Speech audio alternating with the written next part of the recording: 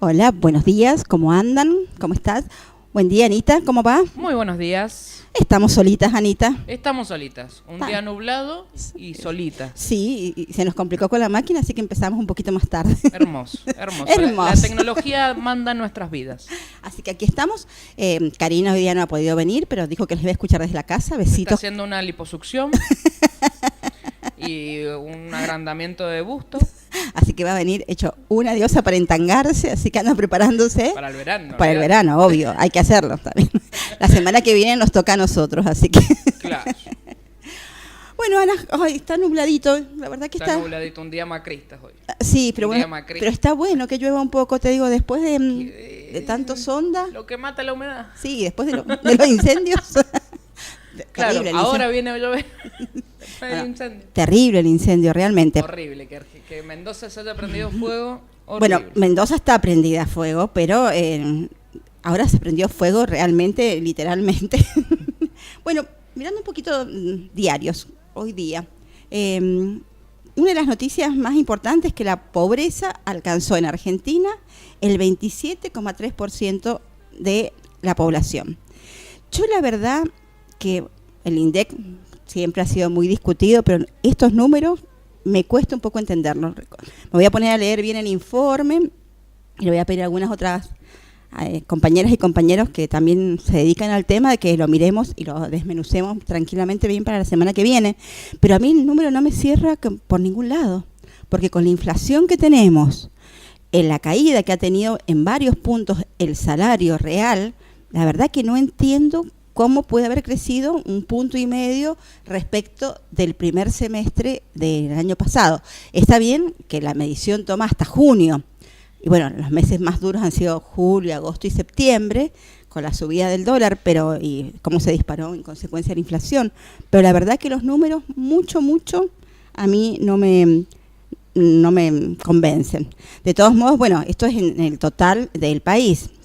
Cuando lo vamos mirando por zona, hay zonas en las cuales es mucho más duro, como el Chaco.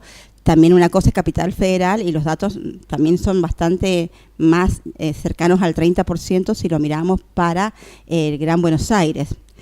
De todos modos, si nos ponemos a preguntarnos qué pasa en nuestra querida provincia, acá hay algunos datos que los he tomado, si bien son del informe, de un lugar que se llama, de un sitio, Informate Mendoza, que está muy bueno.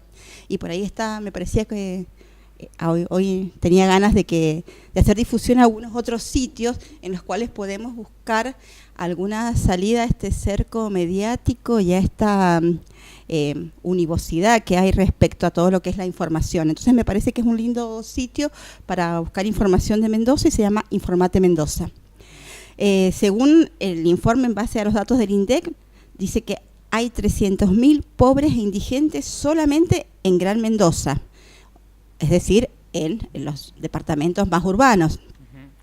Obviamente esta situación es mucho peor y o la conocemos o nos la podemos imaginar de lo que sucede en el ámbito rural. Es en la gestión del gobernador Alfredo Cornejo, la pobreza y la indigencia llegó a 300.000 personas solo en el Gran Mendoza. En total son 57.937 hogares pobres que albergan a 263.380 personas. A ello hay que sumarles 8.469 hogares con alrededor de 35.900 personas que están en situación de indigencia. Hace otra discriminación el informe, que el 27,9% de los habitantes de Gran Mendoza son pobres, números que superan la media de todo Cuyo.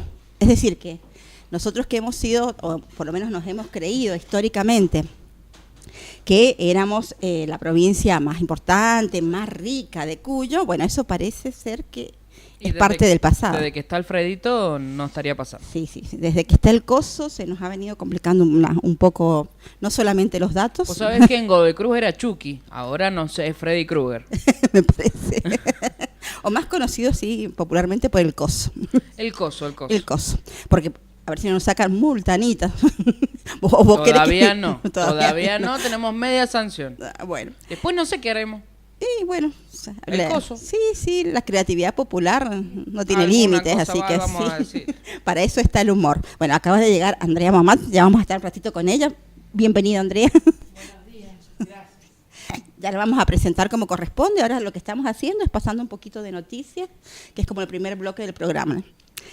Bueno, sigo con el informe. Dice que el 27,9%, vuelvo a reiterar, de los habitantes de Gran Mendoza son pobres. Esto supera la media de todo Cuyo, en todo Cuyo, o sea, sumando San Luis, San Juan y Mendoza, la media es 25,8. Nosotros estamos 2,1 puntos encima de la media, e incluso del promedio nacional. Estamos 0,60 por encima del promedio nacional. O sea, acá en Mendoza somos más pobres que en el resto de todo el país. La verdad que la cantidad de personas que no llegan a satisfacer sus necesidades alimentarias, de educación, transporte y salud aumentó el 1,5% en los últimos meses. Está bueno aclarar que cuando hablamos y miramos estos datos, estamos hablando de pobreza por ingreso. La pobreza es multidimensional y tiene otras dimensiones, a pesar de que estamos repitiendo la palabra, que son, por ejemplo, el acceso a la salud, el acceso a la educación, el acceso al saneamiento, al ambiente y a la vivienda. Entonces, si a todo eso le sumamos ese combo, que es el estudio, por ejemplo, que hace la UCA, del Observatorio de la Deuda Social, por supuesto que estos datos apenas son una aproximación. De todos modos, yo creo que hay que mirar fino qué ha pasado con estos datos. Supongo que una de las explicaciones debe ser también que son los primeros 6 meses del año y que la situación empeora a partir de julio. Me parece que esa es una de las explicaciones. Y otra de las explicaciones es que todavía queda y sobrevive una malla de protección social, que es la asignación universal por hijo, las jubilaciones y las pensiones, que si bien son ingresos que están, como el salario, muy afectados por la inflación, por lo menos existen. No, pará, si nos dieron en la asignación, le dieron el 5% el mes pasado. Claro. Y el bono de 1.200 pesos. De 1.200 pesos, sí. Están re bien, pero si ¿o eso, no? Sí, pero si eso no existiera, bueno, no sé. Pero vos decís que con 7 pibes podés vivir con la asignación. No, claro, por supuesto, no seas derrochona. Ajá. Camine. Camine, señora, camine. Camine. Así que bueno, entre las muchas noticias que hay, bueno, el parazo nacional, la verdad que fue un paro muy importante, muy significativo, el del día martes. También la marcha en Mendoza fue una marcha muy grande de todos los sectores. Aparte, bueno, me parece que es interesante cómo de a poco se ve confluir en las calles lo que no estamos viendo que va confluyendo en el Congreso ni en las legislaturas provinciales, pero bueno, por lo menos en la calle los movimientos sociales, los partidos, las organizaciones van confluyendo y bueno, ya hay por lo menos algunas alternativas de ir teniendo un vestigio de algún tipo de organización o frente político. Veremos qué pasa en los partidos más institucionalizados. Bueno, y otra cosa terrible es las multas que están sacando por las marchas, pero multas millonarias. Por ejemplo, a ATE les han embargado las cuentas por 600.000 pesos. Es muchísimo, es una barbaridad el embargo que han hecho sobre ATE. Y todos los otros que son partidos, sindicatos pequeños. Sí, agrupaciones que no tienen ningún tipo de entrada económica. Y el otro tema, por ejemplo, me comentaban que cuando no pueden identificar bien, por ejemplo, en el SUTE, lo que están haciendo, las multas le llegan directamente a nombre del titular, o sea, de Enríquez. Es una cosa terrible. Imagínate que te estén llegando multas de 70, 80, 90.000 pesos. Es una cosa gravísima. Y todavía no está el código en vigencia. No sé lo que va a hacer cuando esté el código en vigencia. La verdad que todo eso altera el derecho constitucional que hay a la protesta.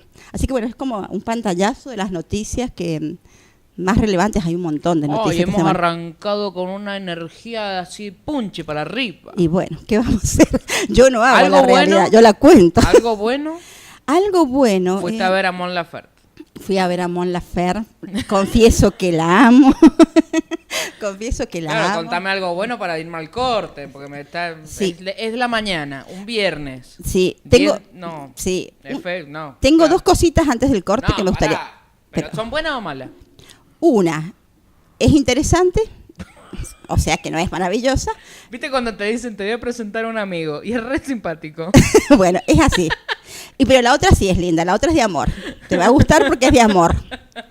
Te va a gustar porque es de amor. Pero esta es cortita y la verdad que hablando de sitios que son interesantes de conocer, un sitio que está en internet y que tiene cosas muy lindas, se llama La Matria. Y de ahí saqué esto que me pareció como muy interesante. Está publicado el 12 de septiembre. Y quien lo escribe es, por lo menos firma como Lule Franco. Y dice, Sims, el padre de la ginecología moderna. Dice, Mario Sims nació en 1813 en Carolina del Sur, o sea, en Estados Unidos. Una localidad donde hace mucho calor y supo tener una colonia numerosísima de esclavos. Lucy, Betsy y Anarcha son los únicos 3 nombres que se conocen de las al menos 11 esclavas negras que operó sin anestesia entre 1845 y 1849 en una clínica improvisada en su jardín de Alabama. Las mujeres eran colocadas sobre una mesa apoyada sobre sus rodillas y codos y sin ropas, sostenidas por otros hombres, mientras él le introducía elementos en su vagina para practicar cirugías experimentales. Así inventó el aún usado y conocido espéculo, que todas las mujeres hemos tenido el gusto de conocer. Bueno, pero a pesar de eso hay que hacerse los estudios. Bueno, ¿qué querés que diga? Me dijiste que fuera positiva. Estoy haciendo un esfuerzo. En una nota que le hace la BBC al profesor de ginecología y obstetricia de la Universidad de Washington, Wall se llama, afirma que Sim hizo muchísimas contribuciones a la medicina moderna. Por ejemplo, la posición usada para los exámenes médicos, que todas las compañeras que nos están escuchando saben de qué estamos hablando. Dice, más allá de practicar experimentos extraños sobre estas mujeres, sigue diciendo, todo lo que hizo Sim tenía un objetivo terapéutico, que era para sanar sus heridas. Sim escribió en su autobiografía donde da cuenta de todos los procedimientos con detallada monstruosidad. La verdad que es una cosa espantosa. Sim operó a mujeres negras sin anestesia y les daba posteriormente opio para minimizar su dolor luego de las cirugías.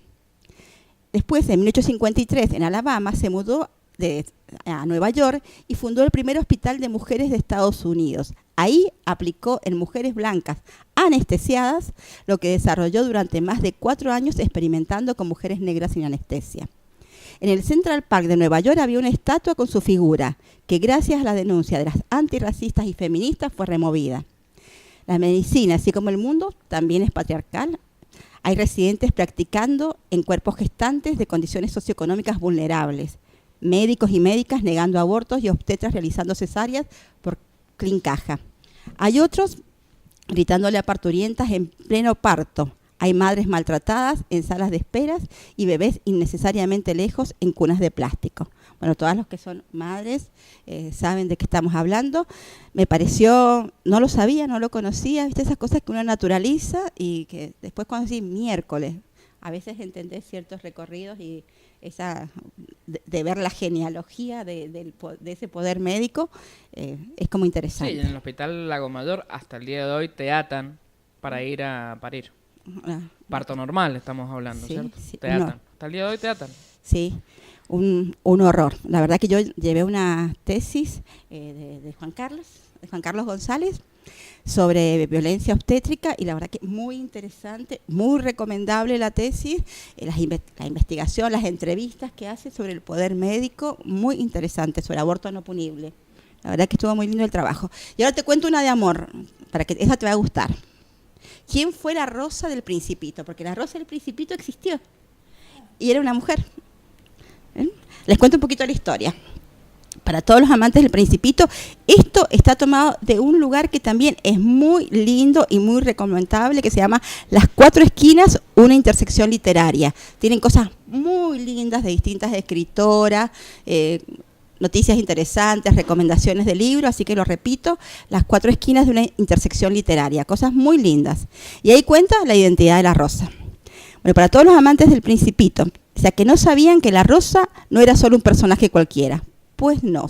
Este personaje resulta ser que era una salvadoreña, Consuelo Susín, la esposa de Anthony Saint-Exupéry. Creo que se dice así, porque los idiomas no son lo mío. Ah, el que escribió El Principito. Sí. Mujer controversial, considerada por algunos una mujer adelantada para su época y para otros una mujer con vocación puteril. Así dicen los libros. Y la autora de la nota dice, no me regañen a mí, de verdad, dice puteril, tenía una vocación puteril. No es mala vocación, les digo, cuando es vocación. Claro, pero yo no sabía que existía la palabra. Sí. Es más, el mismo Vasconcelos, que era uno de sus amantes, escribe sobre ella que tenía mucha vocación puteril. Así que bueno, o sea que, no es una mala vocación. O sea que no cobraba la piba. Claro. Tenía vocación nada. Vocación, está bien. ¿Cuántas zonas sí? Y a nosotros que dio por la sociología, ¿no? Sí. ¿Para qué te pones a estudiar? ¿Para qué? Nosotros años estudiando. Hay otras vocaciones más interesantes. Viendo las situaciones de poder. No. Es una radio donde se habla en el micrófono. Sí. Bueno, sigo contando. De Consuelo. Consuelo era la hija de un general, dueño de fincas cafetaleras, que a los 18 años consigue una beca y se va a Estados Unidos a estudiar inglés. Esto nos dice un montón de la muchacha, ¿no? Ya que al salir de su casa en esa época era algo bastante mal visto. Se casa con un militar mexicano, aunque después se sabe que en realidad era un vendedor de pintura casera. Me hizo acordar al libro ese, Las malas muchachas de... Sí. Me hizo acordar mucho la historia. Consuelo decide divorciarse meses antes de que su esposo muera en un accidente de ferrocarril. Así que se queda viuda y con ganas de comerse el mundo. Llega a México con una carta de recomendación y solicita entrevistarse con José Vasconcelos, un importante escritor latinoamericano. Le hace esperar 2 horas y la desprecia diciendo, una mujer bonita, joven y viuda no necesita trabajar, puede ganarse la vida con sus encantos. Y el pobre Vasconcelos no sabía lo que le esperaba por misógino. Consuelo insiste en una segunda entrevista y Vasconcelos le ayuda y ella comienza a estudiar Derecho. Pero en el transcurso se enamoran y tienen un romance de eso para tirarse los pelos, ¿no? La lleva para que lo acompañe a París y ahí nuestra Consuelo conoce a un prosista guatemalteco, Enrique Gómez Carrillo, muy famoso en esa época, y se enamora de él, se casa con Gómez Carrillo, le dice bye bye a Vasconcelos, y este le dedica varias páginas de su memoria donde dice claramente que era esta vocación puteril de su amada la que lo tenía así de triste. Otra vez se vuelve a quedar viuda, 2 veces viuda, pero ahora con mucho dinero. Entonces así que era bonita, joven, viuda y con muchísimo dinero. Viaja a Buenos Aires y ahí conoce a Saint-Exupéry. Lo de ellos fue un amor, dice, a primera vista. Se conocieron, se reenamoraron. Entonces decide casarse con ella. Dice claramente, acá había una serie de incidentes, pero Consuelo siempre mantuvo a raya a Anthony. Y esto dice, creo que ella me había domesticado. No sé si le suena. Se casan en contra de la voluntad de toda la familia del escritor, que imagínense, de la alta sociedad francesa, casada con una mestiza salvadoreña. Y puteril. Imagínense, la única que la quería era la suegra, que decía que porque si su hijo... puteril también. Debe ser, que si su hijo la amaba, ella también la amaba. Entonces, bien. Sí, bien la suegra. Bien, la sororidad siempre Sí, presente. sí. Consuelo y Anthony vivieron 13 años de matrimonio intenso. Él con sus frecuentes viajes, el gusto por la vida y también se ve que era bastante infiel. Pero de ahí decía, vete a ver otras rosas y comprenderás que la tuya es la única en el mundo. También le suena poliamor. El principio. Sí. No era poliamor, porque se ve que ella debería haber sido medio poliamor, me parece. Y sí, sí, porque era putería. Claro. Él decía que tenés que ver muchas rosas para darte cuenta que la tuya es la única en el mundo. Claro. Según palabras de ella, ser la esposa de un piloto y después de un escritor era un suplicio y un martirio.